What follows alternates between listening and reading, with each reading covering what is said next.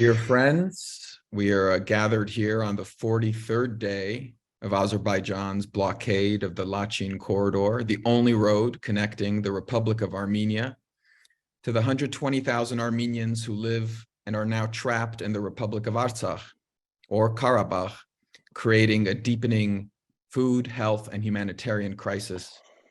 In light of this ongoing crisis, we, the filmmakers of Invisible Republic, which is an on-the-ground war documentary inspired by the 44-day diary of Lika Zakaryan, have decided to make the film available on virtual cinema in every territory of the world. We've committed all proceeds of the film's release to Artsakh-related charities, including AGBU's Global Relief Fund, and in partnership with AGBU and the Arts Foundation Creative Armenia, we have initiated a global education and awareness campaign, which includes today's Q&A. To watch the film or to share it with a friend, visit invisiblerepublicfilm.com. And to keep up with Artsakh or to learn more about its history, visit agbu.org/Artsakh.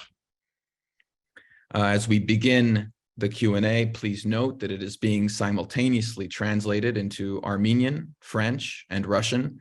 Click the globe icon at the bottom of your screen to join one of our 3 wonderful translators. And while I'll ask the first few questions, I'd ask you to begin writing yours in the Q&A tab. We'll try to get to as many as we can. Meanwhile, the chat is where you can find announcements and links. My name is Garin Hovannisian. I'm the director of the film, and I'll try to give some direction to today's conversation. I'm pleased that producers Serj Tankian and Alec Mouhibian are here with me, together with producer Dr. Eric Israelian. They really have been the original believers in this film, but most of all of us together have been believers in the story of Lika Zakaryan, because when war visited her native Artsakh in the fall of 2020, Lika did not run from the bombs, she stayed under them. And the daily diary that she wrote, which was first published by CivilNet and later served as the basis for Invisible Republic, became for many of us our most direct access to the reality of Artsakh. So I'd like to start with you, actually, Lika, and ask that you give us an update, both about yourself and about Artsakh. As you know, the film concludes with you and your partner, Levon, getting married, actually, even against the great catastrophe of the conclusion of that war. How are you and Levon? Where are you? And how has the crisis affected your lives? Thank you, Karin. And thank you all for being here, for whoever watches this webinar. Thank you for joining us. And so the war was over, and the film ends with a real question mark in my face, as in everyone else's. And we didn't really know what we are going to do, if we are going to come back or what. But we did. We came back to Artsakh, and we lived the life. We started to explore new reality, and the diaries, many days were also written, not in a book and not in a movie. They kind of continued their life after the war, because I understood that there is a way that people don't know where the borders are now, even of Artsakh. So there was a need to explore the new reality and to share it with the residents of Artsakh and all other people who were interested. So we lived in Artsakh for another year. Later, we got married, me and Levon, and we wanted to travel a bit and explore the world. As the war showed us, life is very short. We wanted to explore some new things also for us. And later we started to live part-time in Yerevan and part-time in Artsakh.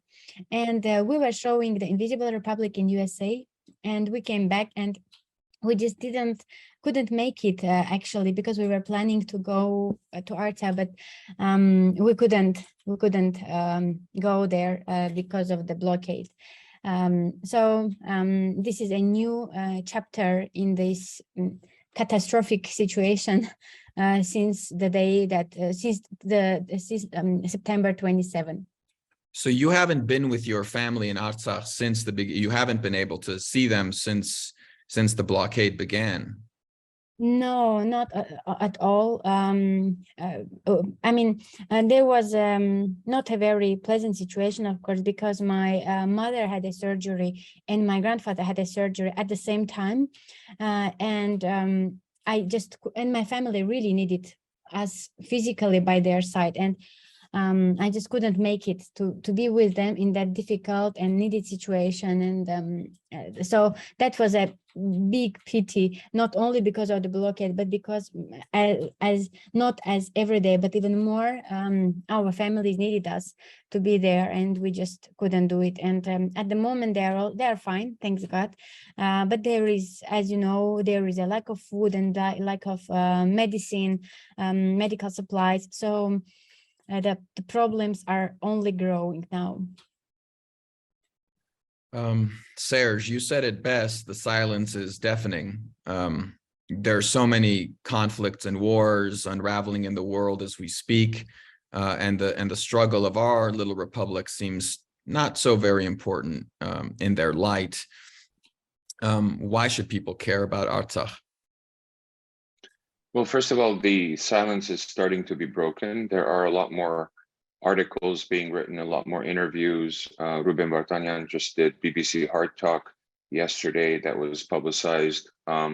So more people are starting to find out about the humanitarian catastrophe caused by the Azerbaijani blockade. However, you know, irrespective of many nations, basically, including the United Nations, basically telling Azerbaijan that they need to open the Lachin corridor, they are not putting any, there's no enforcement of their, you know, words, you know, just saying, you know, this is a horrible thing, it's a humanitarian catastrophe, but no one's doing sanctions. No one is actually putting their, you know, weight behind their words. And that is very concerning, because, you know, it's great to weigh in and say that this is horrible and that the Lachin corridor has to be opened by Secretary Blinken in the US, or, you know, representatives of the French government or Russia, etc. But when they don't say that if you don't open it by this date, there's sanctions or some type of punitive damage, it becomes really difficult, because we know that Aliyev is hanging strong, and irrespective of what, you know, what words are being used diplomatically against them. So that is the real, you know, issue on the diplomatic front. I think we have to push for sanctions. We have to push for something stronger, and it's very difficult to do, as we all know. Serj, I know because we made another film together called Truth to Power, I know that for a long time, and long before other people did, you know, in any discussions of or calculations of geopolitics, the little issue of oil always, you know, factors into your thinking and into your analysis. You know, I know that was important in your analysis of 9/11 and in other wars that occurred since then. What is the role of oil, would you say, in this conflict, and do you think with this like endeavor of goodwill that we're trying to pull off, we can overcome the oil?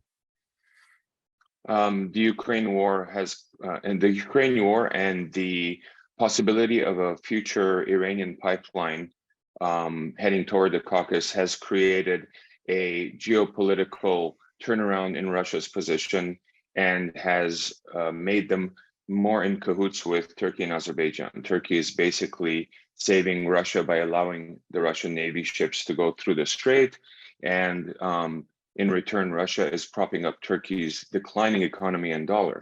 Oil has a lot to do with this. So, you know, we all know that Azerbaijan and Turkey are repackaging Russian oil and selling it to Europe, and Europe's accepting it, knowing that it's repackaged Russian oil to a large degree at a premium. it's the hypocrisy. It is the biggest hypocrisy oil-wise of what's happening right now. And so I think this change in geopolitical position is really, really hurting Artsakh, and it's hurting Armenia.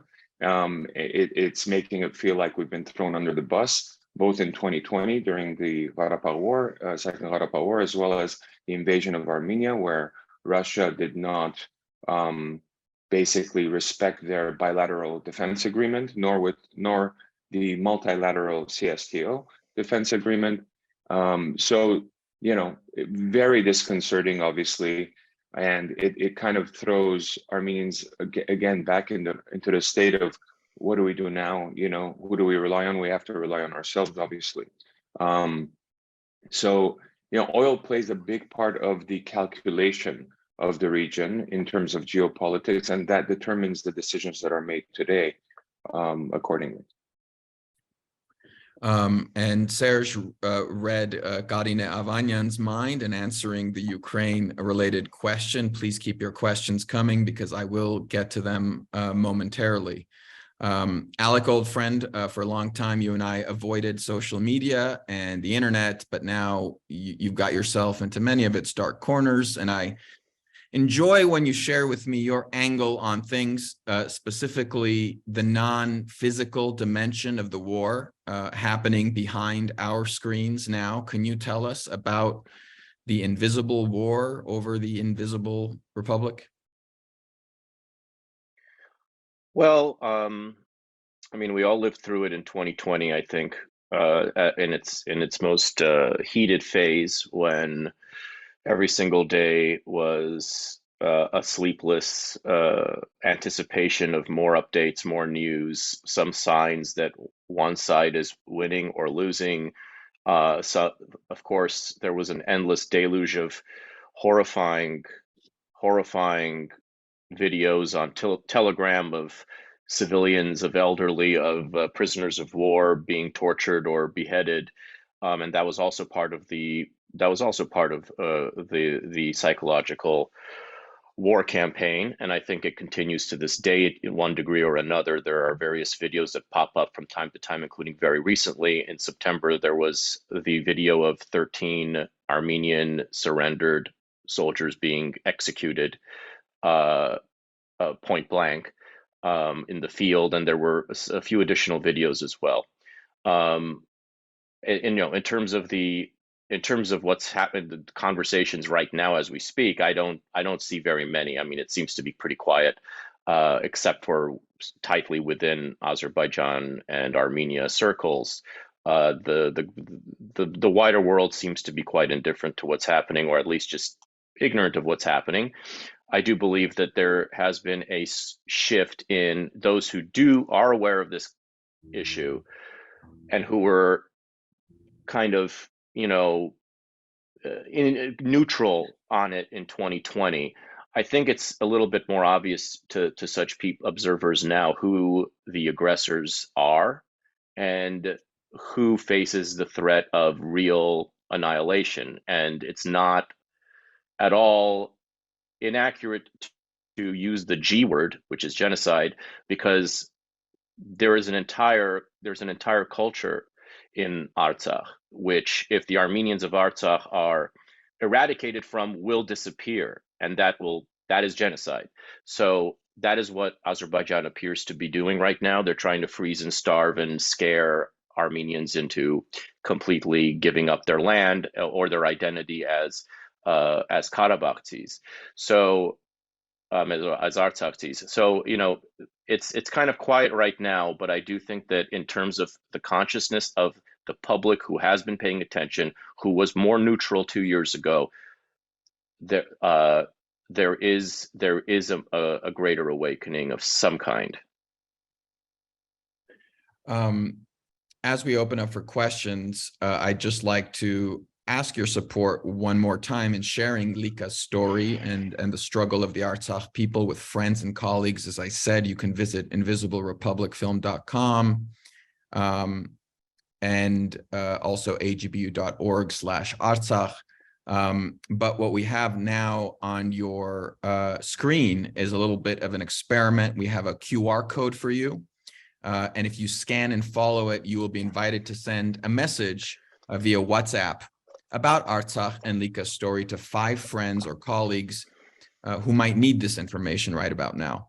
So if you'd like to join in this effort and are inspired at this very moment in our history to scan this code and send a little message to 5 people who might need to hear it, now's the chance. We'll bring this up one more time at the end of today's discussion. But here it is for you, the QR code, as we return now to the answering of some questions. And, we already talked about some of the things we could do to watch Lika's story and learn and share with friends, and the resources that AGBU provides at agbu.org/Artsakh. But a lot of these questions, guys, are coming in from Miri, from Garin. People want to know what they can do. In the face of all this, what can they do to help against this feeling of helplessness? So Lika, let's start with you. How do you answer this? How can you possibly answer this question? How do you answer this question? What can people do? That's a very relevant question. And I think that in this, after the war, we are in a situation where nobody knows what to do, how to help, how to change the situation. And of course, we don't have to blame ourselves for that, because we didn't think that we have to, when we were choosing our professions, we didn't think that in the future we have to think about these kind of things. And I don't know what you have to study to be able to find out solutions in these kind of situations. But for me, I myself, there is one thing that I believe it's a mistake, which is to let this topic be a usual topic, not be a forgotten topic. So to get used to this topic, to get used to the blockade in Artsakh and live like it's okay, it's this, we can't do anything and so on. And I know I mean, I'm at the moment, I'm also in Yerevan and I can't really go and forced to open the road. But I believe we have to keep speaking about this, and we have to keep raising awareness. I also read the question, how could we raise awareness? I don't know, through media today. This is the thing. If any of the people who is watching this is connected, related with media somehow, as a journalist, as a reporter, as a blogger, to raise awareness this way, I know that's not enough. What I'm saying is not enough, but it's something. So I don't think that now humanitarian aid, if people want to donate money, but this money don't even go, I mean, these kind of things cannot pass. And even if we send money, it's not 100% that people will be even able to withdraw money, because there is not enough cash in the country. So this is also going to be a problem. So I know, I understand that we are so limitless in the options of supporting, but the only thing that we still can do is raising awareness. And also, if you have a friend, if you have someone whom you know, or if you don't even know, there are a lot of Artsakh people who are in 120,000 people. Just text them and say, hi, I'm worried about you and I support you. I don't know what I can do, but you are in my heart and you are in my mind. So people who are there, they feel that they are not forgotten. They feel that they are not lonely in this struggle for life. And I assure you, this means so much for people. When they see people or bloggers or people with 100 followers and with 1 million followers sharing any post about Artsakh, they feel like they are not lonely, and this all worth something. Do you think anything beyond that? I mean, Serj, you were talking about the possibility of, or the idea of sanctions or political solutions. Are those far-fetched and beyond like this the battleground of getting the word out to friends and media and everything else, which is obviously hugely important do you see that quieter efforts at advocacy and shifting geopolitical lines are possible in this situation? Those things take a lot of time. Unfortunately, blockade is it's they've already been running out of food and medicine and whatnot. So unfortunately, the sanctions is a long-term battle in different parliaments around the world, whether it's sanctions or anything else. In terms of, we're still having a hard time in the U.S. cutting 907. The enforcing 907, I should say. Which is, the US gives my tax dollars that I pay in the United States to Azerbaijan, a military fascist dictatorship that is killing my own people. The hypocrisy is so huge. So I think what Lika said is really important. Our first step is awareness in terms of letting everyone in the world as much as we can know. I've been doing my part in terms of media, writing articles and getting on different shows and TV and whatever, and trying to spread the word about this incredible injustice, this emergency humanitarian catastrophe. But I think we can also start raising funds for aid relief, because that's going to be important, because it is going to open up at one point, and at one point there's going to be the need for a lot of humanitarian aid. And so I think there's a number of organizations already raising funds and doing that, but we can do that. And that will also be an awareness campaign. Raising funds for Artsakh will be an awareness campaign for this humanitarian aid. So it can be done in collusion with each other. Go ahead, I say Alec. something? No. Not to, say that, not to repeat the obvious, but it should be stressed that you really should get people to watch this movie. This movie has been made for people who know nothing about the war, as well as those who lived through it, but especially for people who know nothing about this war, who know nothing about the people of Artsakh, who know nothing about what they're going through.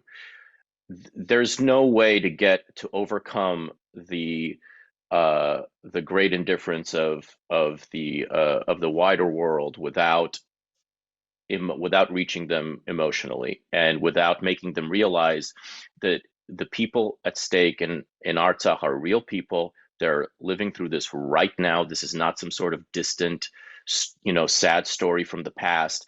This is happening right now, and it's happening in a place where a difference actually can be made politically by the greater powers of the world, where most of us live. It can be made without even any kind of militaristic intervention. That's the reality of the situation right now. And the only thing that's actually missing from the equation of helping Artsakh reach its security is the will to do it, or the desire to do it by the more powerful governments that deal with Azerbaijan. Please get people to watch this movie, and do whatever you have to do to make sure they watch it. I mean, when we did screenings in LA, London, DC, New York, they were screenings, and so people came to the screening rooms. They sat down, they left their phones in their purses, and they were forced to deal with this for 90 minutes. And none of them moved from their seat. I was paying attention. Nobody went to the bathroom. Nobody left the theater, and it included a lot of people who were not Armenian, had probably very little idea about what happened. It will make an impact, and it is something that can be done. And I think it is. It's quite fun. It's a quite fundamental part of this process, because without getting people to understand and connect their hearts to this story, you're not going to be able to convince them to do very much. There are a series of questions that are shuffling into two directions, and one of them sounds something like this: do you see any hope for the recognition of Artsakh as an independent republic? And then the other side of it sounds more like, does a combined Turkish-Azeri attack on Armenian territory seem possible today? So, we have this range of possibilities, Lika. What range of possibilities do you think we are dealing with in the best case and in the worst case scenario? Because of the blockade? Because of the blockade, because of the conclusion of the war, because of the ongoing negotiations. What kind of moment is Artsakh in altogether, I would say? The bad thing is that I don't know. I myself can't see a very bright future. I mean, I don't see the recognition of Artsakh. For me, the best, and I'm not sure that it is possible for the future 5-10 years, is the unification of Armenia to Artsakh, finally, because that was the first thing. People went out to the street and called Miatsum, not Ankahotun. They called unification with Armenia, not independence. And this would be the best scenario, of course, for me. And that could be possible in case of, unfortunately, it doesn't depend on me or on other people, on simple mortals, let's say, but it depends on geopolitical things. But it's possible that geopolitical situation will change and could change for our good. So, but the real good conclusion would be, at least if Artsakh stays the way it is now. So no more territorial losses, no more blockades, so just a peaceful life. Sometimes having some problems, of course. A peaceful life in this situation isn't a very real thing, but at most, as much as it's possible. But the worst scenario, which is even seems closer to me, I don't know, I don't want to sound pessimistic, but I don't want to lie or pretend that everything is going to be beautiful and pink. Everything is going, in my eyes, I feel like everything is going to bad. And the worst scenario will be that they will commit another genocide. And this is very real. This is a real red flag. What happens now is a real red flag. And many things happened till now. Blockade is just now. Actually, it's the second time of the blockade. First time was for 1 day, but it was, right? Only the fact that it was. So many times they violated ceasefires, took more villages, even if they were supposed to stay at their borders. But so many red flags, and this is this really can happen. Even at the moment, people are in blockade. Tell me, please, who would stop them on throwing several bombs to these people? Nobody. Russia will not be able to stop. Russia can't even stop some ecologists protest there. Will Russia be able to stop some Serj and drones and new bombs? I don't think so. I'm still happy that they don't do this at the moment. And I'm so afraid of it. I'm so afraid. Every day for 6 hours, people of Artsakh, every person, every house, are deprived of electricity, because it's a lack of electricity. And if this 6 hours delay is a little bit more, and I can't talk to my parents, and I call and they don't pick up the phone, I'm not sure every time that they are not dead. Every time I have this feeling maybe something happened to them, and because this is so real. So I'm very honest. The worst scenario is even closer than the best scenario. But people, they decided to stay resilient. They decided to stay there. So all we can is to support their decision and help Artsakh stay Armenian.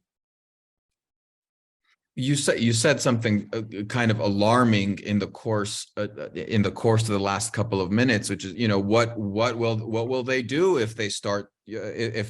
I mean, do you think part of this blockade is testing how far they can go? I mean, is there a sense that this is an activity meant to prepare for even more severe activities, and slowly making it ordinary and acceptable to impose more and more into the territory of Artsakh? Do you see this as part of a longer process? I feel like since the war has ended, they are really they are forcing with a military and psychological violence. They try to force people to leave Artsakh.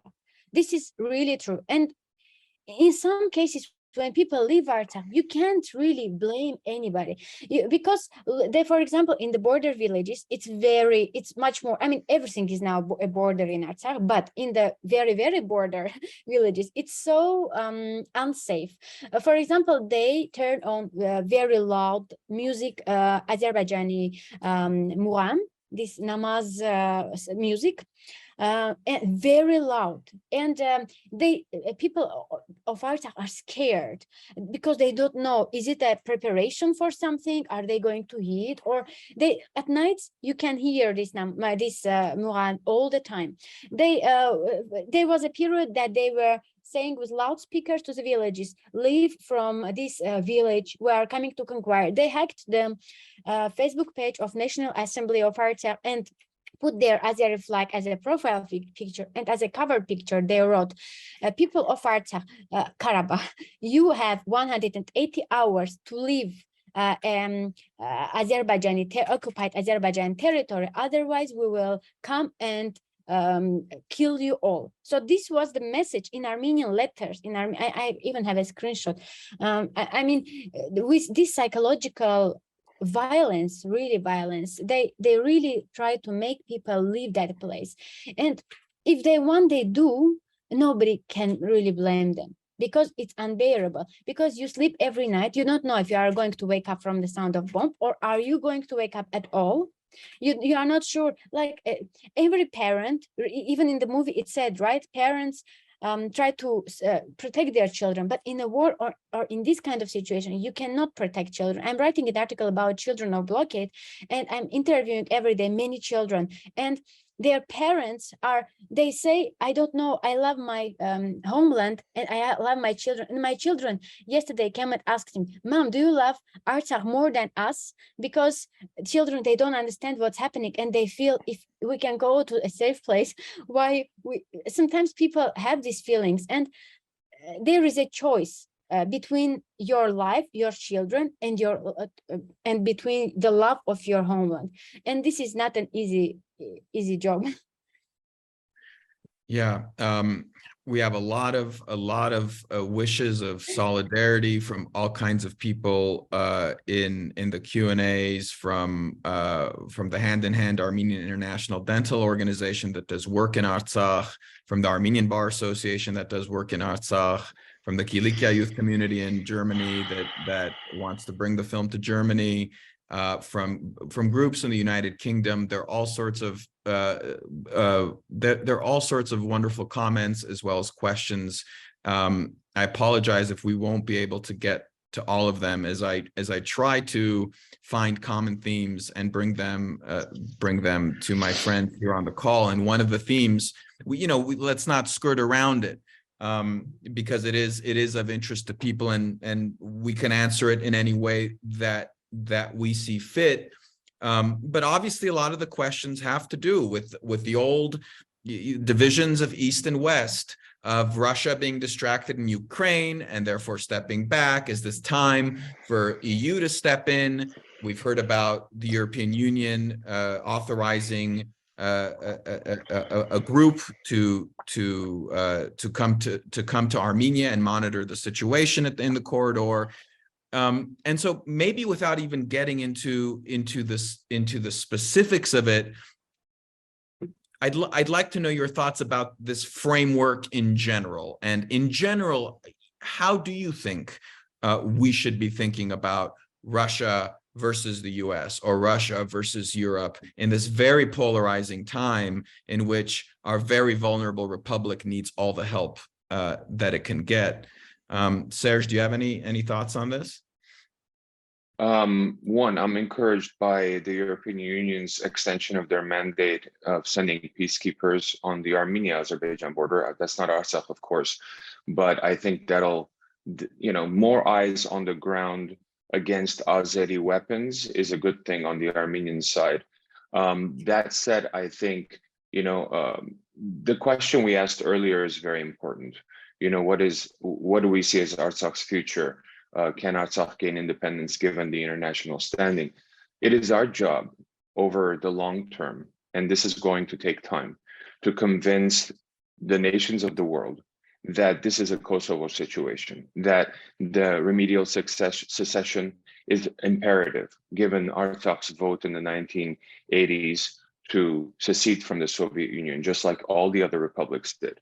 You know, that is the only route that Artsakh has as far as, you know, a route to independence. And that's going to take time and a lot of pressure from Armenians around the world to actualize that. I also think we need non-Russian United Nations peacekeepers around Artsakh. We need to internationalize this issue, because we are basically between a rock and a hard place, between an ally that's unpredictable and between enemies that are unpredictable. And what Lika said is really important emotionally. A parent should not have to decide between their child and their homeland. It is the most unfair fucking thing in the world. So I think, you know, those are the things in the long term that we need to aim for. We need to internationalize this issue. We need to bring it, you know, the blockade itself, it's incredibly horrible. So we need to show the world what Azerbaijan is doing, right? We need to show them that the whole thing is a trick.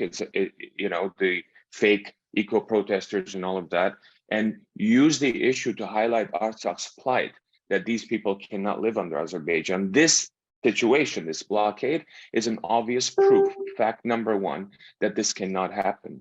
So, you know, and to take that over time and be able to convince the world that this is a Kosovo situation where, irrespective of whatever UN borders say with Azerbaijan's territorial integrity, these people need their own peace, that they've been living, you know, they need peace, and they need their own lands that they've been living on for thousands of years. These are indigenous people. Create that type of situation. Now that takes time as well. All the solutions take a lot of time with the enemy at the border and blockades being put on. So, you know, it is, but those are the answers. Those are the long-term answers as far as I'm concerned. Does anyone else have any thoughts on the matter? I mean, what do you think, Lika, ultimately, seriously, when you have diasporans on either side, on the Russian side or the Western side, talking about frameworks and changes, what goes through your mind as an Artsakhi? Are these idealistic discussions that are happening outside of the actual context of Artsakh? Are these useful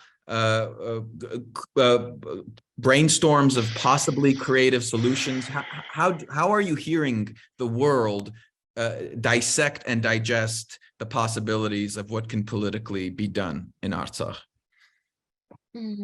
I see that there are some talks, some meetings, like in some very important meetings, there is a name, Artsakh.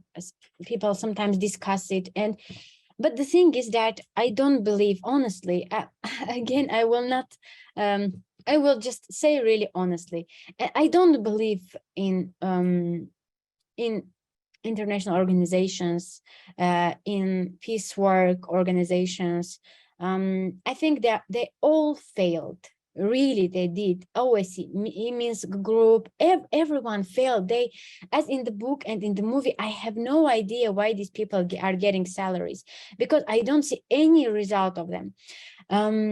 Many people blame Artsakhis for not supporting, but for appreciating, let's use this word, for appreciating Russia and Russian peacekeepers.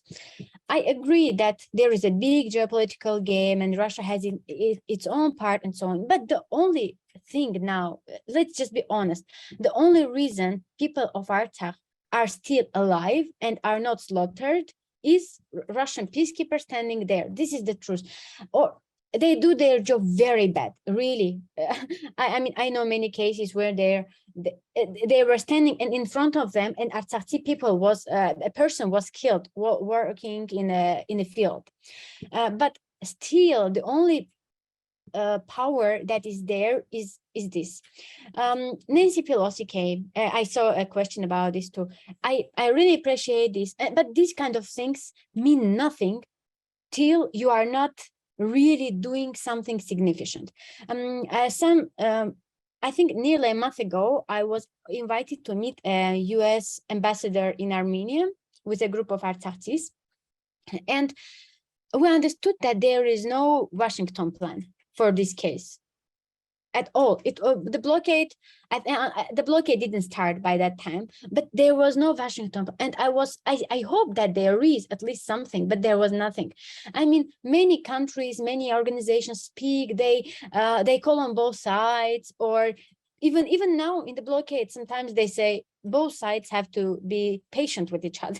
Okay, thank you. I mean, unless there is something really done, I don't see I don't hope for anything unless I see some actions. But of course, people of Artsakh will be happy. Of course, why not? If there is a UN standing in between, if there is there are Scandinavian peacekeepers in between, why not? People will be very happy, and they will appreciate it as they million times more than they appreciate Russian peacekeepers, maybe. But we have what we have, and people live with it. The engagement, frankly, is overwhelming. We have a lot of comments and questions coming through. If there are unanswered questions, I know there are a lot of people who are interested in bringing the film to their communities. There are a lot of AGBU related questions. So please direct those questions, if you can, to the social media pages of AGBU and to Invisible Republic, or by going to invisiblerepublicfilm.com and AGBU. Thank you for the overwhelming support and the very interesting questions. I'll just end with one that I think is important, and I think and I'd like to ask each of you to answer it in his or her own way. And I think this is what today's Q&A is about. Explaining the complexities, Catherine Manuelian says, behind the situation in Artsakh to the uninitiated is very difficult and therefore vulnerable to confusion, debate, and misrepresentation. What is the simplest way to communicate the crux of the issue and trigger an emotional yet rational response? In other words, what is the elevator pitch? Alec, you're the quickest one on your feet, so I'm gonna go to you first. You got to unmute yourself. I can't come up with an elevator pitch for any of my movies or TV ideas or anything, but I have to come up one for the existence of the Artsakh people. Interesting. These are people who there is a culture, an ancient culture of people who have been around for thousands of years. They have been Christian for 2,000 years. And for one reason or another, they have survived against all odds. And they are on the brink of extinction for no good reason whatsoever, so that an oil-rich dictator, corrupt, authoritarian, evil dictatorship can have a little bit more land. Are you okay with this? Is this something that the West should allow to happen? Is the West somehow, is the world, is Russia, is anyone better off with fewer Armenians in this world and one fewer part of this world that has been Armenian for thousands of years, no longer being occupied by Armenians whatsoever and having their churches turn into mosques? Is this okay with you? Serj, when you meet, people of influence, celebrities, how do you begin? How do you begin talking about this issue that cuts to the heart of it? It really is different per person on the approach, on the amount of information that each person already has, and it's usually a question that's asked, and the question already contains how much information that they know, so you can basically engage accordingly. My short one would be, there's an indigenous democratic population in Artsakh, Nagorno-Karabakh, surrounded by dictatorial enemies trying to create a second Armenian genocide. And these are lands that were given by Stalin, to Azerbaijan, and these people are trying to survive. That's the elevator pitch, if you will. So, I think, what Lika said earlier is very important. I think the Russian peacekeepers and the situation on the ground has put Artsakh and Armenia on different geopolitical wavelengths, to be honest. And the way to remedial succession and the way to Artsakh's future independence might be through Russia in terms of, Russian territory. I don't know. That also pisses off Azerbaijan, the idea that Artsakh could possibly be part of Russia, part of the Russian Federal Union. The important thing is for our people, their rights, their security, obviously, and their independence, and for them to be able to survive this period in time. And I think we will. It's one of the most dangerous times in our history yet again. And our history seems to be repeating itself on the same exact areas. It is important. It's important to push people to understand this issue and internationalize the issue, universalize the issue, because this has happened before in other nations. When I mentioned Kosovo, when I mentioned there are countries that this has happened, there are cases in international courts and situations where countries that were under other countries were given, independence based on the situation. There is no better argument when your enemy is trying to starve you and do ethnic cleansing in the current moment, for independence. But it will take time, and we got to get through this phase, and it's very, very difficult. We're not even talking about Armenia's struggles, the need for a garrison state, the need for us to, be ready for what comes next. The Russian mandate's only till 2025. So is the European monitor mandate. It's only 2 years.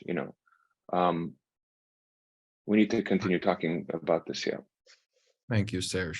Lika, it's strange to ask you for a pitch because you're really pitching for your own life here. But what is your what is your message to the world ultimately? I usually try to share the whole situation through human stories, by telling other people's stories and what they go through. There is a small paragraph that I used to tell some people. It's every year I am volunteering in one YMCA Artsakh camp as an organizer, and last year after the war, it was the first year after the war, people didn't really have fun, young people didn't go to, it was even shy to, people were even shy to smile because it was not very supportive to people who lost many things, people who lost sons, who lost homes and everything. So people try to be very modest, but the young people also need some strength to live. And we organized this camp, and there was the training of storytelling where I asked people to write each other's stories, the participants. And during the last day, we read those stories out loud, and I was facilitating the process. But when I turned around and I saw they were 100 young people, every single person, none of them was in a phone, every single person was crying, every single person, because they saw that people who are usually smiling in front of them every day, what they are going through, that someone couldn't eat meat because of the smell, because he smelled so much in the war, because he was helping with the wounded soldiers, that someone lost 4 brothers of him, we didn't know it, we learned it by that time. And I turned and I saw men, like adult men, they were crying, and they put their hand on the tree, and tree was shaking. And when I saw this, I understood that everything you do in Artsakh matters, and these stories need to be told. Every person has a unique story. After the Artsakh situation, I can't write about anything else. As a journalist, it's a limitation, maybe it's bad, but the satisfaction level when you write about death and life is so deep that after that you can't write about some politics or about some simple things. So this is how I try to influence or share, to touch people, to touch the bottom of their hearts, by telling other people's story. Thank you, Lika. We've read so many of your pieces and your work in bringing human stories to us. They are in fact touching, but I also want to thank you for allowing us to bring your human story to the screen. You are one of these humans who lived through the war, who performed acts of courage and grace and commitment to Artsakh, who became vulnerable, who became strong, and who ultimately became a voice for the people of Artsakh. So thank you for allowing us to tell your human story and joining in this effort. So thank you all again. If you haven't watched Invisible Republic, the extraordinary story of Lika Zakaryan during the 44-day war in Artsakh in 2020, you can find it at invisiblerepublicfilm.com. If you've watched it, share it with a friend or 5 friends. If you've shared it, keep learning about Artsakh at agbu.org/Artsakh. In a moment, we'll put up that QR code again one last time and keep it on your screen for a few moments in case you want to share Lika's story via WhatsApp with 5 friends or colleagues immediately. But for now, on behalf of the filmmaking team of Invisible Republic, I just want to say thank you for being with us today and for doing your part in making our Invisible Republic just a little more visible to the world. Thank you all, and thank you, Lika, and see you all soon.